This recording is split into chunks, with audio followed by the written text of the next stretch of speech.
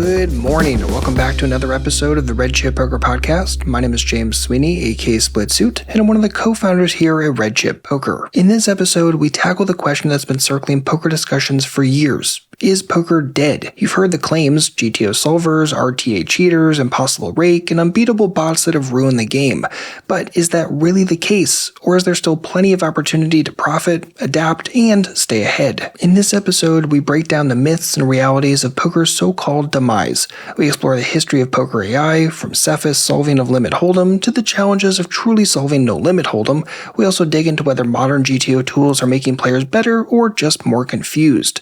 By the end of this episode, you'll walk away with a deeper understanding of the real threats to poker, how to adjust your approach, and why the game is far from over. With that said, here's Coach Weasel to break it all down. Enjoy!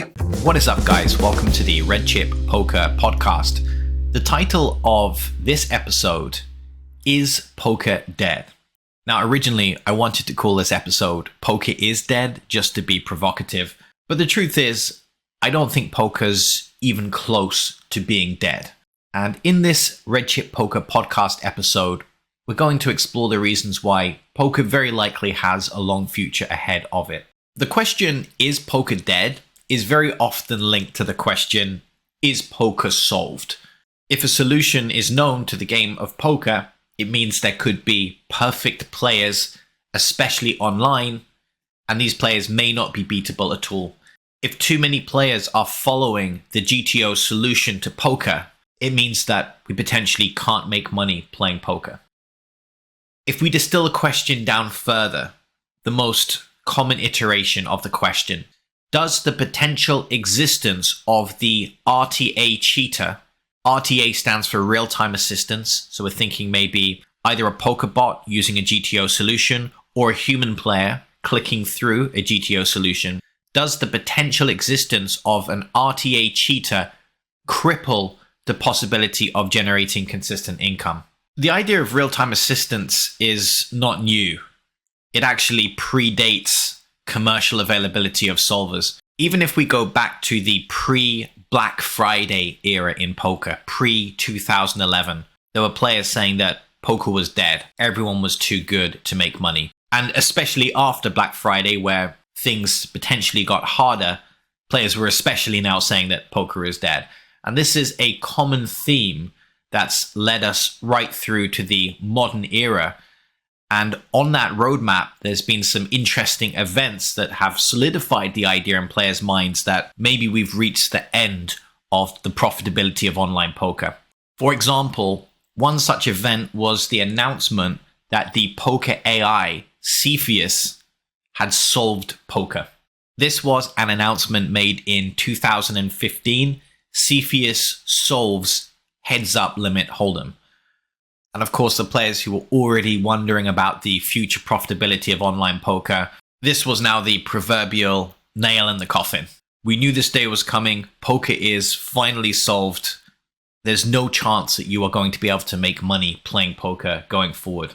And the upshot of the Cepheus solve is that it's impossible for a human player to beat Cepheus over a large enough sample. The best you could hope for if you were to invest a huge amount of time learning the GTO solution to heads-up limit hold'em is you could break even against Cepheus. And if it was a raked game, you would both ultimately lose to the rake. So even if you play a perfect strategy, there's no way that you can profit playing against Cepheus at heads-up limit hold'em. So initially, after hearing such a piece of news, it might be logical to assume that we are all completely doomed and there's no way to profit from online poker. However, it's very important to keep such announcements in perspective. We're going to discuss briefly the relevance of that announcement regarding Cepheus and what exactly it means to solve poker. You see, solving poker is not something that's completely black and white. There are actually levels to solving, as we'll go on to discuss. Did the announcement from Cepheus mean that we're doomed? The first thing to keep in mind is that Cepheus only played heads-up limit hold'em. Just think for a moment. When was the last time you played heads-up limit hold'em online? When was the last time you played limit hold'em online, whether 6 max or 4 ring? Your answer is probably a very long time ago, or perhaps never. Although poker used to be most commonly played in a fixed limit format, it's not really that popular in the modern era. Everything is either no limit or pot limit. No one really plays limit. And even if there are some hardcore fixed limit hold'em grinders out there, there's a reasonable chance you don't play heads up. Perhaps you play six max or full ring. Cepheus's scope, purely heads up limit hold'em. This was the only game that was solved. The other interesting factor about Cepheus solve is that it's not actually a full solve to the game of heads up limit hold'em. It's something that's referred to as a weak solve. This is where we start to get a little bit out into the weeds of what it means to have a solved game. There's a Wikipedia article on the topic of solved game that you can check out. And there are 3 different levels of solution that are listed. And these 3 levels of solution, it's unclear whether these are mathematically accepted fact or more of a thesis. These levels were written as part of a PhD thesis on the topic of solving games. The 3 levels of solve are as follows: ultra weak solution, and strong solution. Strong solution refers to the full solve. The strong solution, it's an algorithm that can produce perfect moves from any position. And here's the key point: even if mistakes have already been made on one or both sides. So we could take a game state that in theory shouldn't exist if both players were playing perfectly. But if we have a strong solution, it doesn't matter the initial setup. Even if the initial setup should never exist, we know the perfect solution from that point of the game tree onwards. The next level down is a weak solution. A weak solution knows all of the correct plays, assuming that no mistake has been made from either side. So if we have a game state that should exist as part of a perfect GTO solution to a game, we know what the best response from that point onwards is. However, if one of the 2 players makes a non-GTO play at any point, then the solution after the non-GTO play is not necessarily known. Only a strong solution knows the best play from any possible position. Cepheus's heads up limit hold'em solve is a weak solution. It does know how to play perfect poker, but only from every GTO correct game state. If we have an opponent who's playing very bad poker and making lots of mistakes, Cepheus doesn't necessarily know the best response against a non-GTO game state. Realistically, Cepheus is still going to win, but the point is that even Cepheus doesn't know everything about everything. It only knows the correct line so long as both players have been playing GTO up to a certain point in the hand. Now, the final type of solve is referred to as the ultra weak solution. This doesn't really say much about the solve, apart from we can prove whether the first player will win, lose, or draw from the initial position, given perfect play on both sides. This could be as straightforward as saying, if it's a heads up, no limit hold'em game, the player who has position is ultimately going to win that hand in the long run. That's an example of an ultra weak solution. Now, there is a spectrum here, so we could have very, very primitive ultra weak solutions like the one that I've mentioned, or we could have very, very in-depth, complex ultra weak solutions that list many of the moving parts of a strategy, but fall slightly weak of a weak solution, because remember, a weak solution has to be able to define perfect play for both players throughout the entire game. So now let's think about the territory of no limit hold'em. One of the things we're familiar with, solvers. Every player has access to a solver if they want to, and we can even access pre-solved solutions at a fairly rapid rate. If I want to know a reasonable estimation of a GTO play in any given situation, within a matter of seconds, I can pull up the solution and have a rough idea what a solver would do in that scenario. The obvious question, what type of solution is that? Because a solver is clearly not a full solve. So where does it fall on the spectrum between strong solve, weak solve, and ultra weak solve? Upon analysis, we can determine that solver output is an ultra weak solve. If in our minds we're comparing solver output to what Cepheus did for heads up limit hold'em back in 2015, it's not even close. And the reason why Cepheus is qualifying as a weak solve rather than ultra weak solve is because it takes into account every possible action as part of a perfect GTO tree. That includes all different bet and raise sizings. Now that's fairly straightforward to do in limit hold'em because there's only one bet or raise size you can use in a given scenario. From that perspective, we could describe the heads up limit hold'em tree as small, but small is a very relative term. Even heads up limit hold'em has a huge tree size. Think about all of the different possible actions that can take place post-flop, even in the context of a fixed limit betting structure.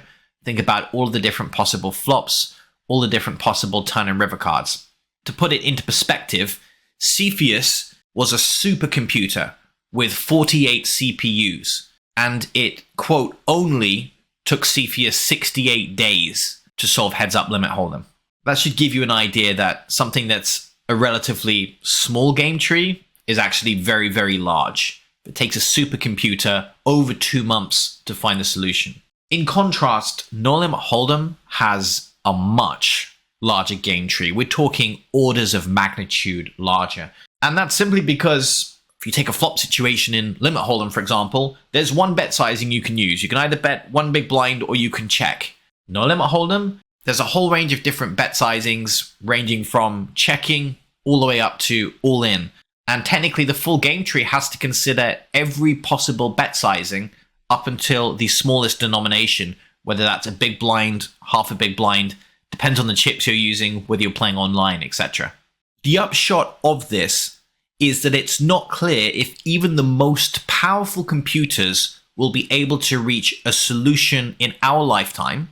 And by solution, we're not even talking about strong solve. We're talking about a weak solve to reproduce that feat of Cepheus. It seems that even the most powerful computers might not reach a weak solution in our lifetime, even for a single stack depth. Because remember, solution is usually for a stack depth, 100 big blinds. As soon as you've invested all the power you need to eventually find that weak solution, that's just for one stack depth. You now need to redo it for 200 big blinds, 150 big blinds. In fact, for every single stack depth. Hopefully you can see the size of this puzzle is absolutely gigantic. So if that's the case, how do solvers even work?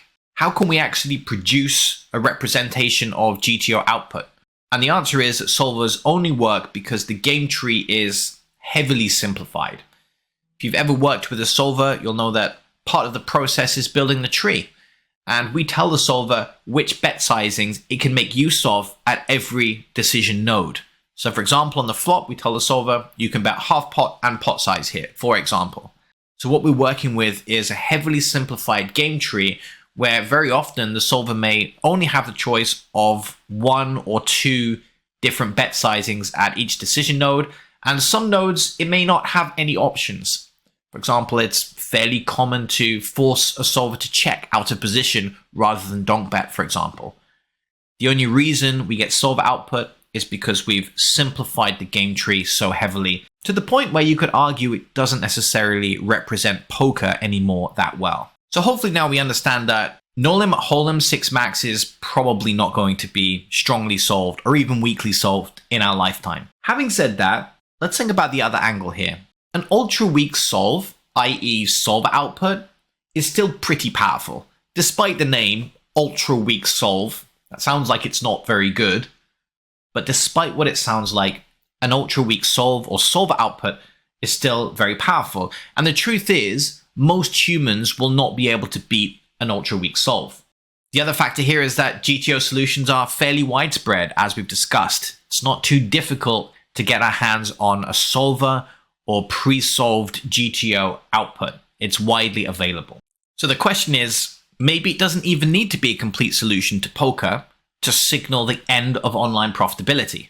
If players can get their hands on solver output, which is not too difficult, then they can use it for cheating. And if they use it for cheating, and let's say the average human can't beat an ultra weak solve anyway, does that not mean that poker is still dead, even though we don't actually have the full solution to no limit hold'em?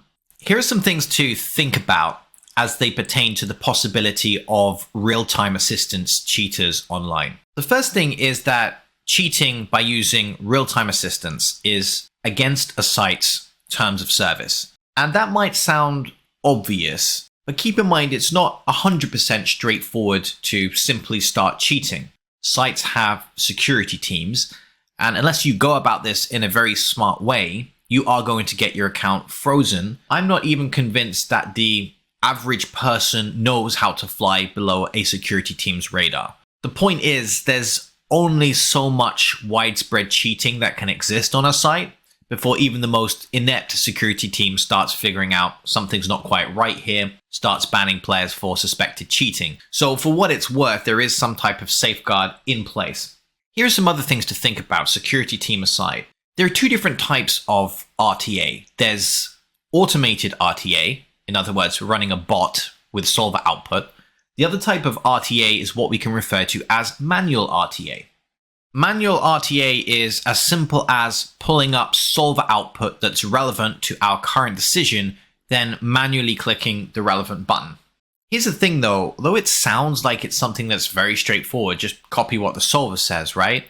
Manual RTA is actually very difficult and also very time consuming. It's difficult because even if we know the solution to poker, it's complex. It involves lots of mixed strategies, something that is difficult to keep track of and execute unless you're already very, very skilled at the game of poker. The other difficulty here is that it's time consuming. Every single spot we have to pull up a solver model, consult a grid, manually click the right button. Think about how many hands per hour you're going to get with this methodology. Not a lot. The other thing to mention here is that playing an ultra weak solution, playing solver output, is not really that effective in terms of generating high win rates. Might sound like it should be, but database output makes it very clear that the biggest winners in poker are exploitative players. And there's some debate over whether ultra weak solves even win in some environments after rake.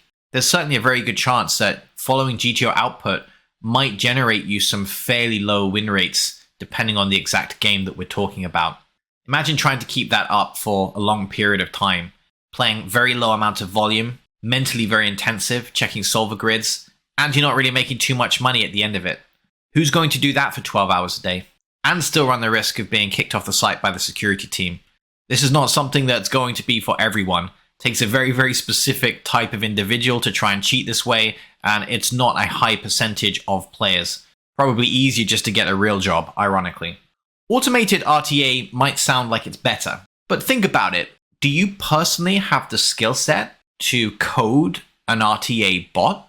Do you know how to set up, for example, a pipeline between your solver, which would ideally be running on a second system, and your poker client in order to automate decisions? It's not like you can generally just go out and buy this type of thing, because if someone has coded this, they generally want to keep it to themselves. They want to use it to make as much money as possible, not simply sell it for a small amount of USD. The big irony here is, I think, if someone is skilled enough to run this type of operation, they're probably also intelligent enough simply to beat online poker without cheating. They can potentially already beat high stakes games without the need to have some kind of RTA bot assistance running. So although it's going to be very hard to beat someone who is legitimately running a real-time assistance bot, firstly, real-time assistance bots do a far worse job of flying below a security team's radar. Second thing to keep in mind is that it's hard for this to be widespread just because of the high barrier for entry. You need technical ability and hardware resources which surpass that of the average person. So only a small percentage of players can generally be cheating this way. Besides, it's not necessarily a problem in poker if there are certain players that are better than us. Even if there's no cheating, no real-time assistance, we can't all be the number one poker player in the world. That means there are going to be players that are better than us playing in the same environment as us. But that doesn't stop us from making money necessarily, because poker has always been partly about game selection. If we suspect someone is cheating using RTA, then it makes sense to not play volume against them. We want to select opponents that we know we have a skill edge against. And so long as we always stick to that principle, it doesn't actually matter too much if a certain small percentage of the poker population are actually cheating. We can still make money. We don't need to be the best player in the environment. Here's some other things to think about. No Limit Hold'em is not the only form of poker online. So if players have found ways to cheat at No Limit Hold'em, making use of real-time assistance, That's specifically for No Limit Hold'em. There are far fewer players likely to be cheating at Pot Limit Omaha, especially 5 or 6 card Pot Limit Omaha, and any of the other more exotic variants of poker that are online. There may not even be solvers available for these variants, so the likelihood of someone running an RTA bot is very unlikely. Absolute worst case scenario in a dystopian future where everyone's using a fairly strong solve to play No Limit Hold'em, we would just migrate to a different form of online poker that hasn't had the same efforts to solve the game imposed upon it. Just switch to PLO, switch to some other exotic format. Besides, it's interesting to keep in mind that even if we are playing against an RTA bot using an ultra-weak solution to poker, ultra-weak solves are technically beatable. They are not perfect solutions to the game. And if you know what you're looking for, it's possible to generate a positive win rate against an ultra-weak solve. We'll talk about that a little bit more in another Red Chip Poker podcast episode. Besides, I often wonder whether the abundance of GTO information out there, including pre-solved solutions to the game of poker, are actually making players better. For a long time, there seemed to be a gradual upward trajectory where the average skill level of players online was slowly improving year after year. But with the abundance of GTO information in the modern game, I'm no longer convinced that it's actually making players better.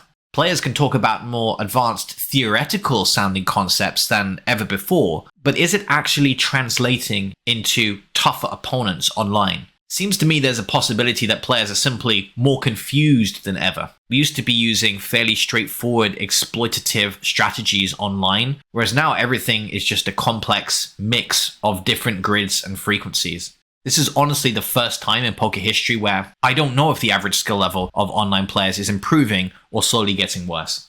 So let's summarize here. First question, is poker dead? And the answer is not even close.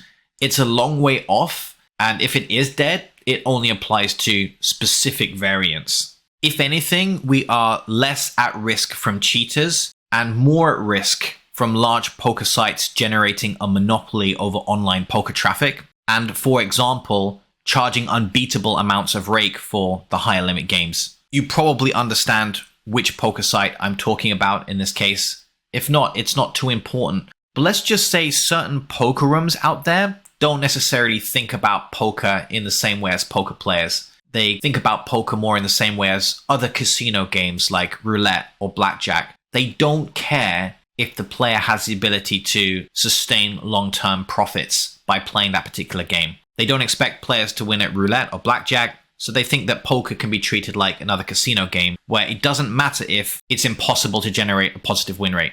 So I'd say poker is more at risk from sites that monopolize traffic and then set up rake structures which are not viable for professional players. This is why I think it's very important for poker players to be very discerning about where they play and not give too much power to specific actors who may or may not have poker's best interest at heart. But failing destruction of the industry by a large, greedy actor, then we can generally say that the worst case scenario for us in terms of cheating and real-time assistance, it might involve switching from No Limit Hold'em to PLO or some other variant of poker. Well, I hope this has given you something to think about. Thanks very much for tuning in. This was Coach Weasel, and this was the Red Chip Poker Podcast. Thank you so much for joining us today. Hopefully you enjoyed, and if you did, be sure to subscribe so you don't miss any new episodes. We talked a decent amount about GTO today, and most players have a broad understanding of the term, but they lack nuance and struggle with any sort of execution. If you're in the same boat, grab our latest book, GTO Gems 2, which takes a zoomed-in look at GTO application, comparisons between GTO and exploitative strategy, and how you can actually harness GTO concepts in your own game. Grab your copy of GTO Gems 2 today by visiting redchip.poker/gems2. That's gems and the number 2. You can also search for it on Amazon if you prefer paperback, and links for both are in the description box as well. Either way, enjoy the book, and in the meantime, good luck out there and happy grinding.